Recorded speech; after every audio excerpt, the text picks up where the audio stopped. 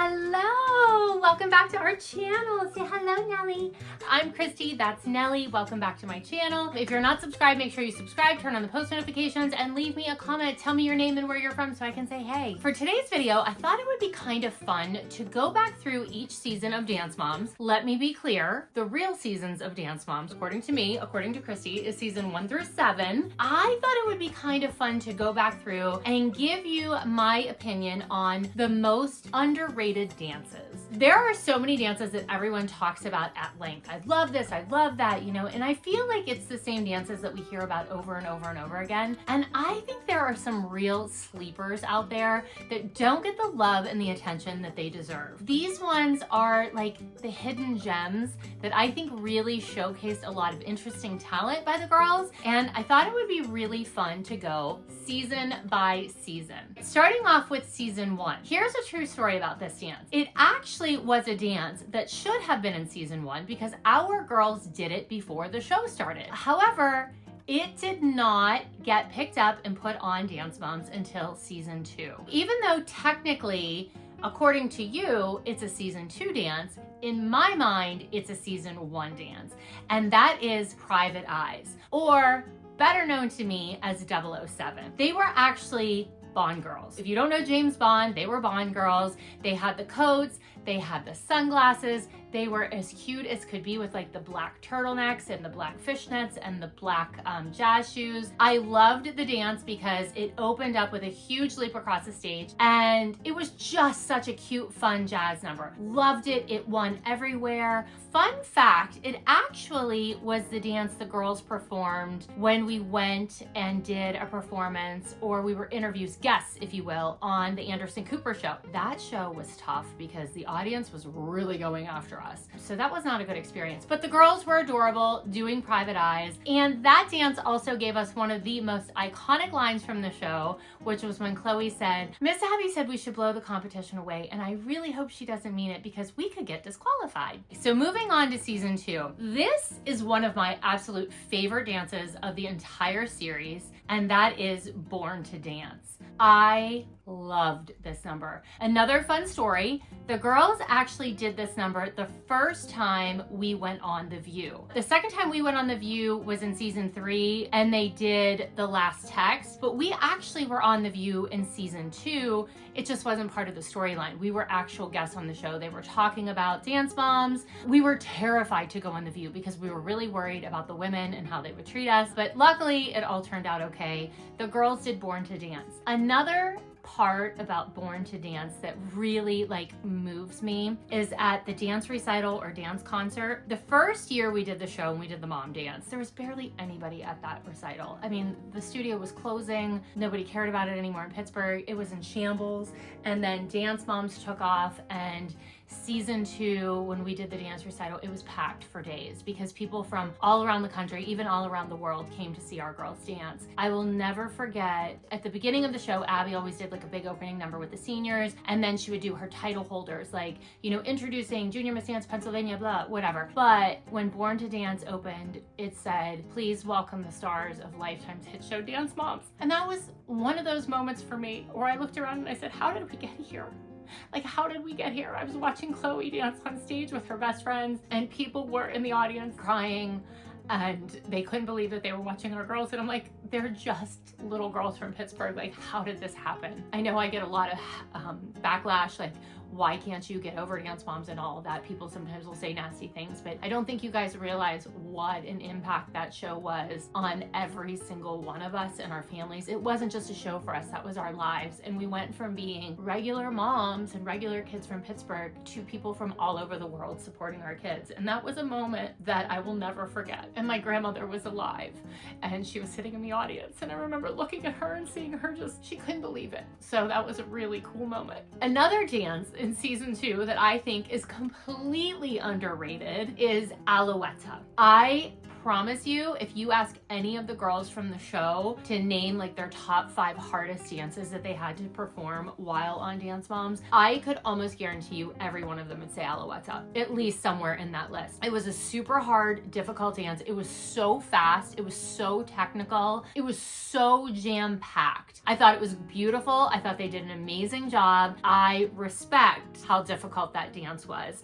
So when I think about numbers that don't get the credit that they deserve, those girls worked their butts off that week for Alouetta, and I think they pulled it off. I think they looked amazing. They look like little French fifis. It's definitely a dance that deserves a little bit more accolades than it gets. Season 3. This one's a little hard for me because I have a little bit of a mixed emotion about it, and that is the season 3 Nationals dance, Home Again. Obviously, my bad behavior, I just want to point out, was not on Bourbon Street. It was in Jackson Square. Get the city right, Abby. That is my second home now. It happened at Jackson Square, my bad behavior, and I got Chloe kicked out of season 3 Nationals. Make no mistake, there was no way I could have like sneezed wrong and we were getting kicked out of Nationals, because there was no way the teacher was going to allow Chloe to defend her Nationals title from season 2 because she was so mad about it even after a year. She was getting rid of her. There was no way that that girl had a chance of dancing at season 3, but I just opened the door and let her walk right through it. Home Again is a beautiful number. It really told a gorgeous story, and it doesn't get the credit it deserves. Also, little known fact, if you watch Home Again and when they pull away and you see the entire group dancing, if you count, there is an extra girl in it. What? If you don't know, after we got kicked out, certain someone called in a dancer that she knew from New Orleans who happened to come at the beginning of season 3, and her name was Allie. She danced in New Orleans, and after we got the boot, the teacher had the great idea that she was gonna call her and let her be part of the Nationals number, and production was like, she has no storyline, like what are we doing? She didn't care. She kept shoving her in, shoving her in, shoving her in. They're like, okay, she can dance, but we're not covering it. So Allie is actually in Home Again. You just don't know it as a fan because they never discussed it on the show. Another season 3 dance that I don't think gets the attention that it deserves, Your Dream Will Be My Dream. I think Nick was in 2 dances with us, Twilight and this number. Twilight will forever be one of my favorites. I think it's a fan favorite too, but I think it overshadows Your Dream Will Be My Dream because this is actually a gorgeous number, and we knew when a number was good because Abby would take that number and she would have the girls do it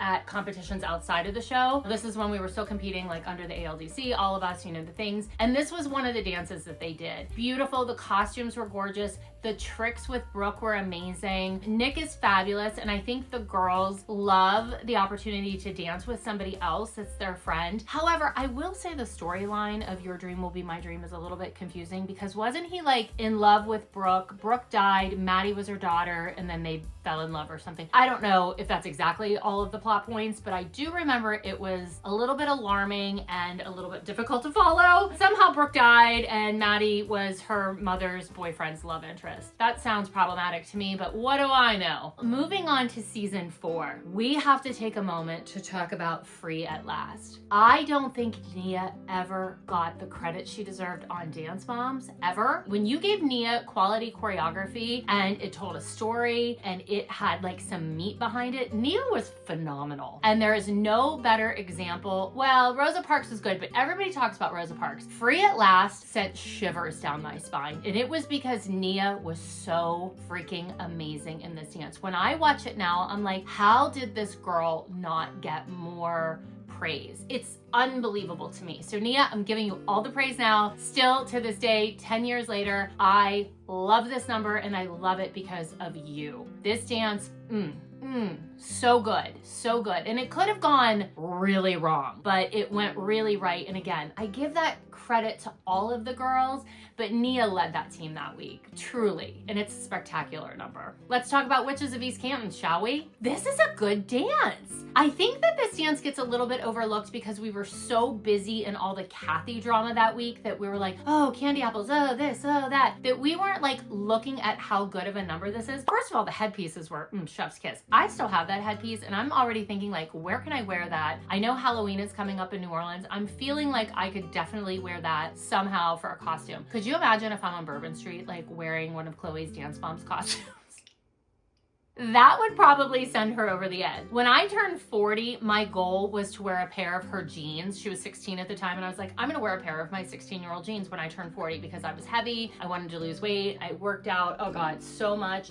I lost 65 pounds, and I wore her jeans on my 40th birthday. That was just about enough to send her over the edge. Now, could you imagine me at 48 walking down Bourbon Street wearing like one of Chloe's Dance Mom's costumes that she wore when she was like 12? She would literally change her number at least, bare minimum. Witches of East Canton, great number, great routine, cool choreography, amazing costumes. Love that number. Season 4 had a number that is a little controversial because I know there's cultural appropriation in it. I'm going to give the caveat that if you take out the parts that are wrong or offensive, I think the dancing, like the actual dancing of this number, is really good.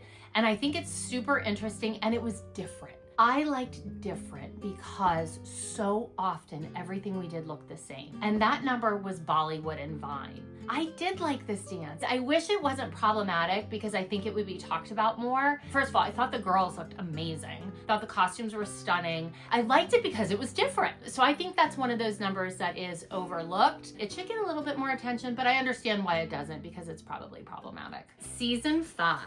I love this dance, even though Chloe's not in it, but I'm gonna tell you why I love this dance. I love this dance because I love what it's based on. As a little girl, I wanted to be a detective so badly. I wanted to be Nancy Drew, read every book. I loved Clue. It was my favorite game. And in the 80s, there was this campy comedy called Clue. It was based on the board game. It was an ensemble cast. It's very campy. I don't think it did really well at the box office, but it is one of my top 5 favorite movies. My kids call it my Fab 5. I will tell you my Fab 5 movies. And the reason they're my Fab 5 is because anytime these movies are on TV, it doesn't matter how many times I've seen them. It doesn't matter that I own them all. I will turn it on. Number 1 is Clue. I love Clue. I know every word to Clue from the minute it starts to the minute it ends. I can say it verbatim, absolutely, without a doubt. I love Clue.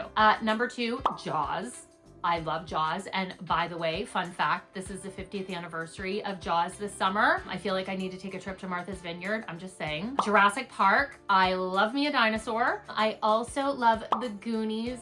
Sorry, I do. I love The Goonies. I love The Treasure Hunt. And I love Titanic. I would watch Titanic a million times. So those are my Fab 5. So obviously my season 5 underrated dance is Get a Clue. I love this number. I'm so sad that Chloe wasn't in this dance, although she would have probably been like the maid or something. Not even like Mrs. White. She would have been like the feather duster in the corner. But I also think Abby missed the mark.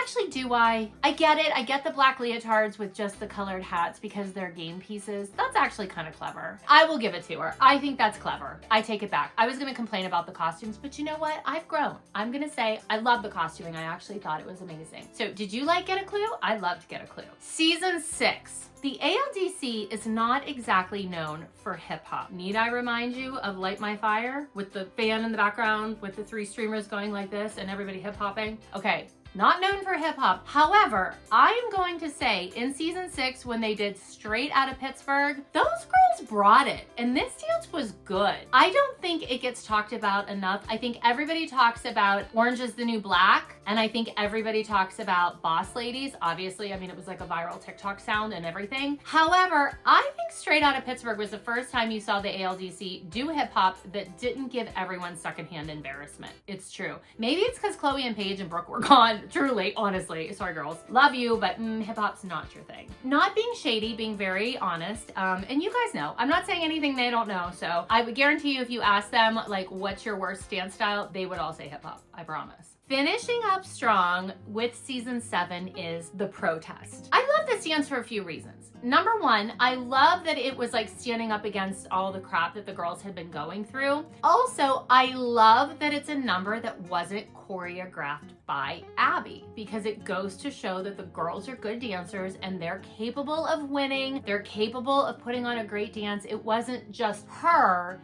It was a combination of her and them. So I love that Cheryl Burke did this number. And here's behind the scenes tea about this. When Cheryl was choreographing that, she was very mindful about how it would look on camera. Because she came from Dancing with the Stars, she wasn't just concerned about how it would look on a competition stage. She's like, okay, where are the cameras? This camera's here, this camera's here, this camera's here. She's like, okay, so I need you to be in this corner because this is gonna be going on in front of that camera. It was really interesting to see her work like that because we hadn't experienced that before. We were straight competition dancers. Yes, we got used to it because there were cameras around, but Cheryl had years of experience on Dancing with the Stars. And so when she came in, she looked at things completely differently than anyone else who had taught the girls. And so that was a really cool learning experience, not just for them, but for the moms as well. Like we were sitting around, we were like, this is really interesting and cool. So I love that dance. And I have to say, I loved when the girls worked with Cheryl. She was tough. Trust me, she was super tough, but she was also very uplifting and endearing, and she was very motivational. So I loved working with Cheryl, and I think the girls did as well. That is it for me. I need to know if you agree,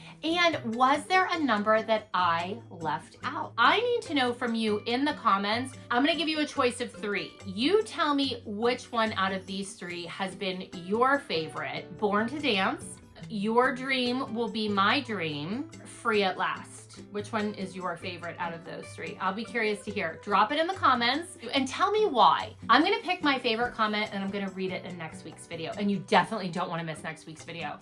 You guys are gonna love next week's video. It has been a long time coming and you're gonna be really excited to see what it is. If you're not following me on TikTok and Instagram, make sure you check that out. And for more behind the scenes tea, make sure you tune in to Back to the Bar, which is my podcast with Kelly. It goes live every Monday at 6 a.m. wherever podcasts are listened to. Each week we go into an episode of Dance Moms, do a deep dive, and give you all the behind the scenes tea that you didn't see happen on the show. All right, I will see you guys back here next week. Bye.